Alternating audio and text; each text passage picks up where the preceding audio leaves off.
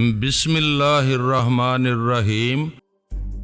ان میں مصنوعی سبزے پودے لہلہا رہے تھے اور انہی کے اندر خفیہ روشنیوں کا کچھ ایسا انتظام تھا کہ رات کے وقت بھی دن کا سماں تھا اور کچھ یوں محسوس ہو رہا تھا جیسے ایک شاہانہ ڈرائنگ روم کے لوازمات کسی سبزہ زار میں رکھ دیے گئے ہوں۔ طاہرہ خانم کو یقیناً ہریالی اور پھولوں سے پیار تھا۔ اس کی کوٹھی کی اصل عمارت کے گرد بھی ایک خوبصورت اور گھنا باغ موجود تھا جس نے عمارت کو اپنے دامن میں تقریباً چھپا رکھا تھا۔ کمروں اور راہداریوں میں بھی کہیں نہ کہیں کسی نہ کسی طرح اس نے پھولوں اور سبزے کو جگہ دے رکھی تھی۔ میں بیٹھ چکا تو وہ مضطربانہ انداز میں ہاتھ ملتے ہوئے بولی، شوق تھا مجھے تمہاری آمد پر ڈھیروں اہتمام کرنے کا، لیکن تمہارے یہاں آمد یوں اچانک لکھی ہوئی تھی، سمجھ میں نہیں آ رہا کیا خاطر مدارت کروں۔ تم میری صرف یہ مدارت کرو کہ میرے لیے ٹھنڈے یخ پانی کا ایک جگ بھر کر منگواؤ، اس کے بعد تقریباً جگ ہی جتنا بڑا گرم گرم بلیک کافی کا کپ منگوا لو۔ اتنی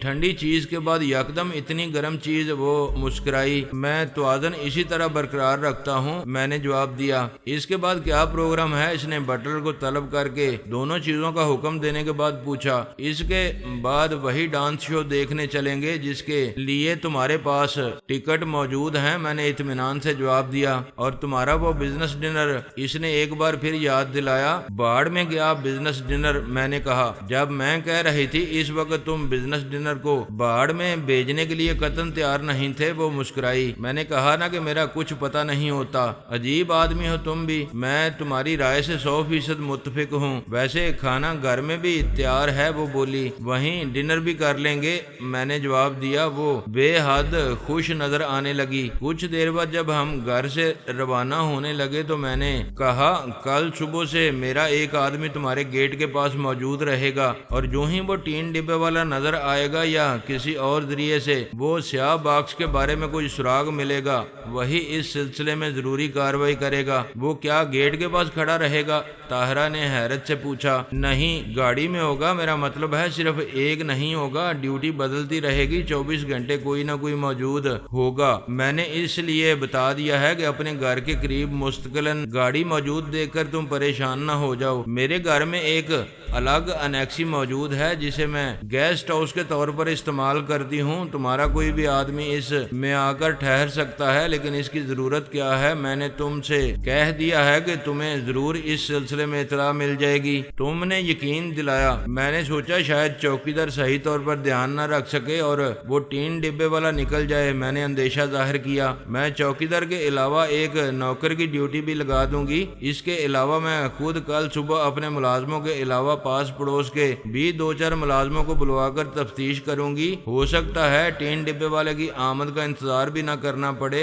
اس کا کوئی ٹھکانہ وغیرہ ہی معلوم ہو جائے۔ تم مجھ پر بھروسہ رکھو، اس ڈبے کے لیے تمہاری پریشانی مجھ سے دیکھی نہیں جا رہی۔ دل چاہ رہا ہے۔ اس نے جملہ ادھورا چھوڑ دیا۔ کیا دل چاہ رہا ہے؟ میں نے تجسس سے پوچھا۔ دل چاہ رہا ہے وہ ڈبہ ابھی کہیں سے مل جائے اور میں اسے تمہارے سر پر دے ماروں، وہ سنجیدگی سے بولی۔ اگر وہ مل جائے تو میں تمہاری اس حرکت کا بھی برا نہیں مناؤں گا، یقیناً، کیونکہ تم برا منانے کے قابل ہی نہیں رہو گے، تمہاری کھوپڑی ٹوٹ چکی ہوگی، وہ اطمینان سے بولی۔ ہم جب ہوٹل پہنچے تو شو کا ٹائم شروع ہوئے آدھا گھنٹہ گزر چکا تھا، مگر شو ابھی تک شروع نہیں ہوا تھا۔ مشتاقان دید کے صبر کا پوری طرح امتحان لیا جا رہا تھا۔ شو کے لیے ہوٹل کا ہال روم مخصوص کر دیا گیا تھا اور اس میں ایک خصوصی اسٹیج اور میزیں لگا دی گئی تھیں۔ ہال کھچا کھچ بھرا ہوا تھا، کسی تیسرے درجے کے تھیٹر کی طرح دیواروں کے ساتھ بھی لوگ کھڑے ہوئے تھے، حتیٰ کہ 3-4 پولیس والے بھی موجود تھے۔ ٹکٹ بہت مہنگا تھا، اس کے باوجود اتنا رش دیکھ کر میں حیران ہوئے بغیر نہ رہ سکا۔ اس ہوٹل میں کسی بھی تقریب یا شو وغیرہ کے سلسلے میں نے کبھی ایسا ہجوم نہیں دیکھا تھا۔ تاہم طاہرہ خانم کے لیے سب سے اگلی VIP قطار میں ایک میز خالی تھی جس کے ساتھ صرف 2 نشستیں تھیں۔ غنیمت یہ رہا کہ ہمارے بیٹھتے ہی شو کی تمہید تمہید شروع ہو گئی، یعنی ہال کی بتیاں بجھ گئیں اور اسٹیج کے تاریک پردے میں رنگ برنگی روشنیاں چکرانے لگیں۔ ہیجان خیز قسم کی مغربی موسیقی سے فضا مرتعش ہو گئی۔ دھیرے دھیرے پردہ ہٹا اور روشنیاں اسٹیج پر چکرانے لگیں، پھر یکدم یہ روشنیاں بھی غائب ہو گئیں اور موسیقی بھی ایک جھٹکے سے دم توڑ گئی۔ حال میں سکوت چھا گیا، صرف لوگوں کی گہری سانسوں کی آوازیں سنائی دے رہی تھیں۔ بالکل ایسا محسوس ہو رہا تھا جیسے کسی بڑے سے غار میں بہت سے ریچھ اجتماعی شب خوابی کا پروگرام بنا کر سو رہے ہوں۔ پھر اچانک ہی ایک چھناکا سا ہوا، اسٹیج پر بجلیاں سی چمکیں اور وہ قیامت یکدم سامنے دی جس کے انتظار میں سب دل تھام کر بیٹھے تھے۔ ڈانسر کا انداز کچھ ایسا تھا جیسے وہ چھت کی طرف سے اسٹیج پر کودی ہو۔ اس کا سراپا اور رقص کا انداز دیکھ کر مجھے حال میں مردوں کی تعداد پر تو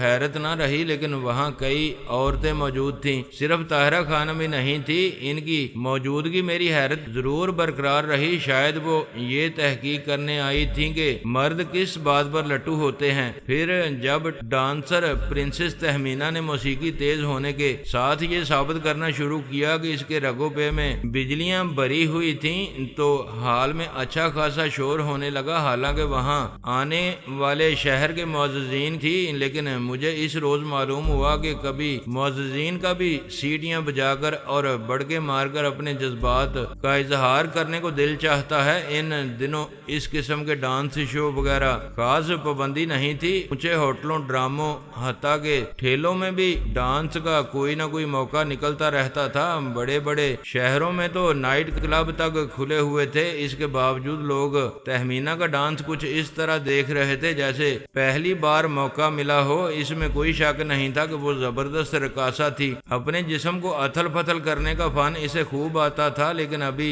اس کا چہرہ نہیں دکھ پایا تھا۔ اسپاٹ لائٹ ابھی تک اس کے چہرے پر نہیں پڑی تھی۔ لوگوں کو چہرے سے شاید کچھ زیادہ غرض بھی نہیں تھی۔ پھر رقص میں کچھ اور روانی آئی تو ایک اسپاٹ لائٹ تہمینہ کے چہرے پر پڑی اور میں اچھل کر اٹھ کھڑا ہوا۔ طاہرہ خانم میرا ہاتھ پکڑ کر مجھے بٹھانے کی کوشش کرنے لگی، گھٹی گھٹی سی آواز میں بولی، دیکھا میں نہ کہتی تھی کہ تمہارے دل پر بھی ضرور بجلیاں گرائے گی، مگر اب ایسا بھی نہیں انسان اپنی سیٹ سے ہی اٹھ جائے۔ پلیز اب بیٹھ جاؤ، اپنے جذبات کا اظہار بیٹھے بیٹھے ہی کرتے رہو، ڈانسر کی جگہ ڈانسر بننے کی کوشش نہ کرو۔ یہ بات نہیں ہے، میں نے نیچی آواز میں کہا۔ ہیجان زدہ ہو کر نہیں اٹھا ہوں، دراصل مجھے تو اس لڑکی کی تلاش تھی، یہ کسی اور نام سے مجھے گونچا دے چکی ہے۔ کوئی بات نہیں جان، خانم پچکارنے کے سے انداز میں بولی، ان عورتوں کا کام ہی گونچا دینا ہوتا ہے، ہر گھڑی میں نہ جانے کن کن مردوں کو گونچے دیتی ہوئی کہاں سے کہاں پہنچ جاتی ہیں، نہ جانے کتنے ملکوں میں کتنی جائیدادیں بنا لیتی ہیں، بینکوں میں ان کے اکاؤنٹ ہوتے ہیں۔ تم بھی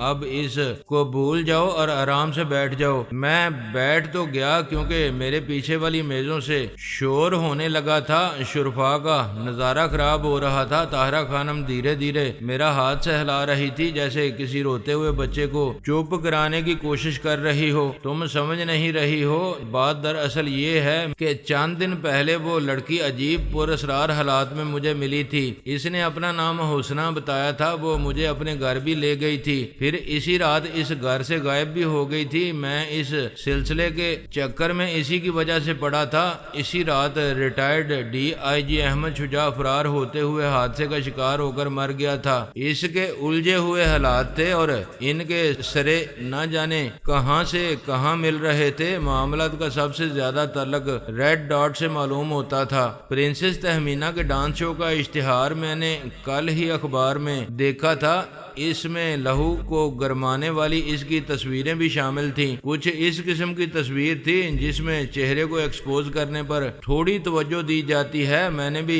چہرے کی طرف توجہ کم ہی دی تھی، کچھ ہیئر سٹائل اور میک اپ وغیرہ کا بھی عمل دخل تھا۔ میں اسے حسنہ کی حیثیت سے نہیں پہچان سکا تھا، پہچاننا تو کجا میرا اس پر شبہ بھی نہیں گیا تھا۔ ویسے بھی پرنسس تہمینہ ڈانسر کے طور پر کئی ملکوں میں جانا پہچانا تھا۔ میں اس رات سوچ بھی نہیں سکتا تھا کہ مجھے اپنا نام حسنہ بتانے والی لڑکی پرنسس تہمینہ ہوگی۔ اس نے بھی یقیناً دل ہی دل میں شکر ادا کیا ہوگا کہ میں کتنی آسانی سے بیوقوف بن گیا۔ جب میں اس رات کے واقعات کو یاد کر رہا تھا تو مجھے ایک اور بات عجیب سی محسوس ہو رہی تھی۔ میری معلومات کے مطابق پرنسس تہمینہ اصلاً ترکی کی باشندہ تھی، لیکن اس رات جب وہ حسنہ کی صورت سے ملی تھی تو مجھے اس پر غیر ملکی ہونے کا شبہ تک نہیں ہوا تھا۔ اصل صورت کی حد تک تو ایک پاکستانی اور ترک لڑکی میں کوئی حد فاضل مقرر کرنا بڑا مشکل تھا، لیکن حیرت کی بات یہ تھی کہ وہ تو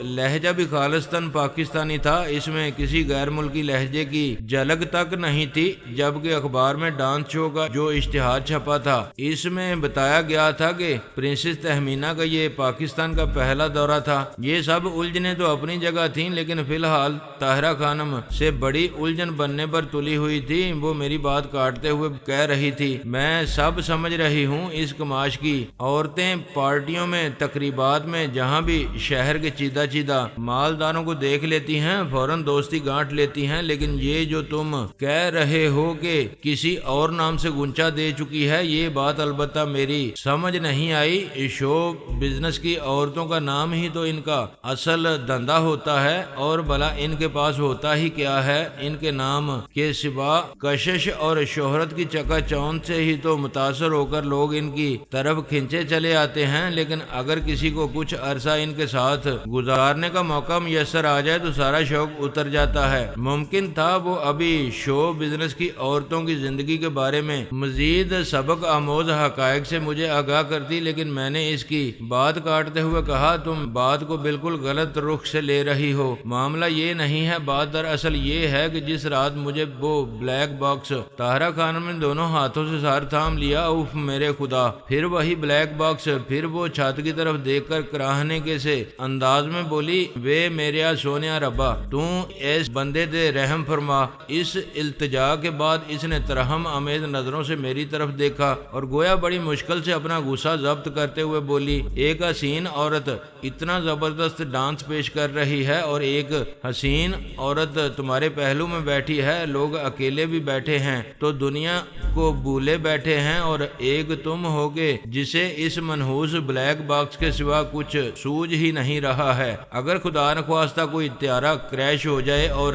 جائے حادثہ سے اس کا بلیک باکس غائب ہو جائے تو ایئر لائن والے شاید اسے بھی اس جوش و خروش اور دیوانگی سے تلاش نہ کریں جو تم نے اپنے سر پر سوار رکھی ہے۔ پھر وہ سمجھانے والے انداز میں بولی، دیکھو وہ بلیک باکس کتنا بھی قیمتی صحیح، اس میں کتنی ہی قیمتی دستاویزات اور ہیرے موتی صحیح، لیکن وہ سب چیزیں زندگی سے زیادہ قیمتی تو نہیں۔ تم اس پر شکر ادا کیوں نہیں کرتے کہ تم اس وقت صحت اور تندرستی کے ساتھ زندہ ہو اور ان گنت نعمتیں، آسائشیں، دولت اور عیش و نشاط کا سامان تمہارے قبضے میں ہے، وہ سب چیزیں تمہارے پاس موجود ہیں جن کا اس ملک میں بسنے والے نہ جانے کتنے لوگوں نے کبھی خواب تک نہیں دیکھا۔ تم صرف انہی سے انجوائے کیوں نہیں کرتے؟ فی الحال اس ذلیل منحوس بلیک باکس کو بھول کیوں نہیں جاتے؟ میں نے سختی سے ہونٹ بینچ لیے۔ عام حالات میں میرے بھی بالکل یہی خیالات ہوتے تھے جن کا وہ اظہار کر رہی تھی، یعنی وہ میرا ہی فلسفہ میرے منہ پہ مار رہی تھی۔ میری اپنی حماقتوں کی وجہ سے یہ نوبت آئی تھی، میں اپنے اعصاب اور اپنی زبان پر اس طرح کنٹرول نہیں رکھ پا رہا تھا جس طرح ہمیشہ رکھا کرتا تھا۔ ایک لمحہ پہلے میں ایک حماقت اور کرنے لگا تھا، یعنی طاہرہ خانم کو بلیک باکس والا اصل واقعہ سنانے لگا تھا، جس سے یہ ظاہر ہو جاتا کہ وہ در حقیقت میری ملکیت نہیں تھا، میں تو محض اس کی پر اسراریت اور ریڈ ڈاٹ کی وجہ سے اس میں دلچسپی لے رہا تھا، جبکہ آج شام ہی میں طاہرہ خانم سے کہہ چکا تھا کہ وہ میری ملکیت تھا اور اس میں میری کچھ قیمتی چیزیں تھیں۔ وہ تو اچھا ہوا کہ طاہرہ خانم نے جھنجھلاہٹ میں میری بات کاٹ دی، ورنہ میری تضاد بیانی سامنے آ جاتی۔ ایسی حماقت مجھ سے شاذ و نادر ہی سرزد ہوتی تھی۔ ایک لمحے کے توقف کے بعد میں نے ملائمت سے کہا، آئی ایم سوری، واقعی میں نے بلیک باکس کو اپنے سر پر کچھ زیادہ ہی سوار کر لیا ہے، لیکن خیر اب میں اس کا ذکر نہیں کروں گا، بس سمجھ لو کہ میں نے لعنت بھیج دی اس پر۔ میں پرنسس تہمینہ کی طرف متوجہ ہو گیا جو اب ڈانس کا پیٹرن بالکل بدل کر جمناسٹک سے کچھ کرتب دکھا رہی تھی، اس کے ساتھ ہی موسیقی کا انداز بھی بدل گیا تھا۔ ذرا دیکھو تو طاہرہ ہولے سے میرا ہاتھ دبا کر بولی، ایسا معلوم ہوتا ہے کہ اس عورت کے جسم میں ہڈی تو کہیں ہے ہی نہیں۔ ہاں واقعی میں نے خلوص دل سے اس کی تائید کی اور محبت سے اس کی طرف دیکھا۔ میں نادانستہ طور پر اب تک اس کی طرف سے جتنی بے توجہی برت چکا تھا اب اس کی تلافی کرنے کی کوشش کر رہا تھا۔ اس کے چہرے پر سرشاری اور آنکھوں میں نشیلا پن سا آ گیا۔ پرنسس تہمینہ کے جمناسٹک کے کرتب دیکھ کر لوگ دم بخود بیٹھے تھے، لیکن یہ مرحلہ جلد ہی ختم ہو گیا۔ موسیقی نے ایک بار پھر کروٹ لی اور اس نے دوبارہ رقص شروع کر دیا۔ رقص میں اس نے یکے بعد دیگرے 7 پیٹرن بدلے، یعنی اس کے رقص میں کم از کم 7 ملکوں کے روایتی رقص اور ثقافت کی جھلک تھی۔ اس نے مسلسل تقریباً 1 گھنٹے رقص کیا۔ اتنی دیر لگاتار ایسا جان توڑ قسم کا رقص کرنا اور بیچ میں جمناسٹک کے کرتب بھی دکھانا کوئی آسان کام نہیں تھا۔ رنگ برنگی روشنیوں میں اس کے جسم پر پسینہ چمک رہا تھا، لیکن اس کی پھرتی و مہارت اور جسم کے لوچ میں کوئی فرق نہیں آیا تھا۔ ہونٹوں پر مسکراہٹ کی وہ شگفتگی بھی برقرار تھی جو وہ اولین لمحے میں اپنے ساتھ لے کر اسٹیج پر اتری تھی۔ بالآخر موسیقی نے دم توڑ دیا اور وہ حاضرین کے سامنے تشکر کے اظہار کے لیے جھک گئی۔ اسپاٹ لائٹس صرف اس کے وجود پر مرتکز تھیں، باقی اسٹیج تاریکی میں ڈوبا ہوا تھا۔ لوگ تالیاں بجا بجا کر اپنے ہاتھ توڑے ڈال رہے تھے۔ میں نے بھی سوچا کہ تالیاں بجانے میں کنجوسی سے کام نہیں لینا چاہیے۔ میں بھی خاصے جوش و خروش سے تالیاں بجانے لگا۔ میرا خیال تھا اس سے طاہرہ بھی خوش ہوگی کہ میرا ذہن تفریح کی طرف مائل تو ہو چکا تھا، لیکن دنیا کسی حال میں بھی خوش نہیں رہتی۔ میں نے زیادہ تالیاں بجائیں، تب بھی طاہرہ خانم نے میرا ہاتھ روک دیا اور مصنوعی خفگی سے مجھے گھورتے ہوئے بولی، کچھ تالیاں آئندہ کے لیے بھی بچا رکھو۔ یہ اس ہوٹل کی تاریخ کی آخری ڈانسر نہیں ہے، امید ہے یہاں آئندہ بھی ڈانسرز آتی رہیں گی۔ تمہاری مرضی، میں نے معصومیت سے کہا۔ میں تو تمہاری خوشی کے لیے بجا رہا تھا۔ تمہیں بڑا شکوہ تھا کہ میں اس عظیم فنکارہ کے فن کی طرف خاطر خواہ توجہ نہیں دے رہا۔ بہت بدمعاش ہو تم، وہ سر ہلاتے ہوئے بولی۔ اس دوران دھیرے دھیرے اسٹیج کا پردہ گر گیا اور ہال کی بتیاں روشن ہو گئیں۔ میں اٹھ کر اسٹیج کے بائیں ونگ کی طرف بڑھا۔ مجھے معلوم تھا کہ ادھر سے آرائشی پردوں کے عقب سے ایک راستہ اسٹیج کے عقب سے جاتا تھا۔ اس حال میں چونکہ تھوڑے تھوڑے عرصے بعد کوئی نہ کوئی غیر معمولی شو ہوتا رہتا تھا، اس لیے اسٹیج کے عقب میں کمروں کی ایک قطار کو مستقل طور پر ڈریسنگ روم، میک اپ روم اور واش روم میں تبدیل کر دیا گیا تھا۔ شو ختم ہونے کے بعد آرٹسٹ وہیں جاتے تھے۔ میں ایک قدم بھی بڑھا نہیں پایا تھا کہ طاہرہ خانم نے ایک بار پھر میرا ہاتھ پکڑ لیا اور اس بار اس کی گرفت میں گداز اور نسوانیت کم تھی، سختی زیادہ تھی۔ تم کہاں چل دیے؟ اس نے حیرت سے پوچھا۔ مجھے حسنہ، میرا مطلب ہے پرنسس تہمینہ سے بہت جذباتی بات کرنی ہے۔ 5 منٹ میں واپس آ رہا ہوں، میں نے تیزی سے کہا۔ میں دیکھ رہا تھا بہت سے لوگ اسٹیج کے عقبی راستے کی طرف جا رہے تھے۔ وہ خفگی سے بولی، میں تمہیں اس لیے یہاں نہیں لائی کہ تم مجھے چھوڑ کر پرنسس تہمینہ سے ضروری باتیں کرتے رہو۔ یہ تو مل بیٹھنے اور موڈ خوشگوار بنانے کا ایک بہانہ تھا، مجھے معلوم ہے، لیکن تم مجھ پر اعتبار کرو، میں اس پر فریفتہ ہونے کے ارادے سے ہرگز نہیں جا رہا۔ یہ محض ایک اتفاق ہے کہ اس کا تعلق ایک پراسرار معاملے سے نکل آیا ہے۔ یہ مشکوک عورت ہے، میرا اس سے بات کرنا ضروری ہے، میں نے ملائمت سے کہا۔ اس قسم کی عورتوں کا اکثر ہی پراسرار معاملات سے کوئی نہ کوئی تعلق بن جاتا ہے، لیکن تمہیں ایسے کسی معاملے میں اس سے بات کرنے کی کیا ضرورت پیش آ گئی؟ پولیس والے تو نہیں ہو؟ طاہرہ مجھے دوبارہ نشست پر بٹھانے کی کوشش کرتے ہوئے بولی، کوئی اور عورت ہوتی تو شاید میں ایک ہاتھ رسید کر دیتا، لیکن وہ کمبخت ایک تو حسین بہت تھی، اوپر سے ستم یہ کہ دل کی بہت اچھی تھی۔ کسی قسم کی لگی لپٹی رکھے بغیر اور تمہیدیں باندھے بغیر اس نے پہلی ملاقات میں ہی میرے اوپر اپنی پسندیدگی اور جتا بھی دیا تھا کہ وہ مجھ سے دوستی چاہتی تھی اور درمیان میں دیوار نہیں دیکھنا چاہتی تھی۔ مزید یہ کہ وہ رقابت میں مبتلا ہو سکتی تھی۔ دوستی کے پہلے ہی دن مجھے خاموش دیکھ کر وہ بولی، ویسے بھی تم اس کے لیے غلط وقت کا انتخاب کر رہے ہو۔ اس وقت اپنی پرفارمنس کی وجہ سے وہ تھکی ہوئی ہے، اوپر سے شہر کے شوقین مزاج باچھیں پھیلائے ہوئے اس کے پاس پہنچ جاتے ہوں گے، نہیں تو عیاشی والے بھی جا کر اسی وقت اسے گھیر کر بیٹھ جاتے ہیں۔ وہ جنرل مینیجر، پرنسس تہمینہ کا اپنا مینیجر، ہوٹل کے دوسرے 2-4 لوگ، سیکیورٹی والے اس وقت سب وہیں ہوتے ہیں۔ شہر کے اچھے بھلے معززین سے اور بڑے بڑے لوگوں سے بھی اس وقت وہاں کوئی خاص اچھا سلوک نہیں ہوتا۔ اچھا سلوک کرانا تو خیر میں جانتا ہوں، میں نے کہا اس کے مالکان سے لے کر ویٹر تک مجھے جانتے بھی ہیں اور مانتے بھی ہیں، میرا اسی وقت اس لڑکی کو پکڑنا ضروری ہے ورنہ یہ پھر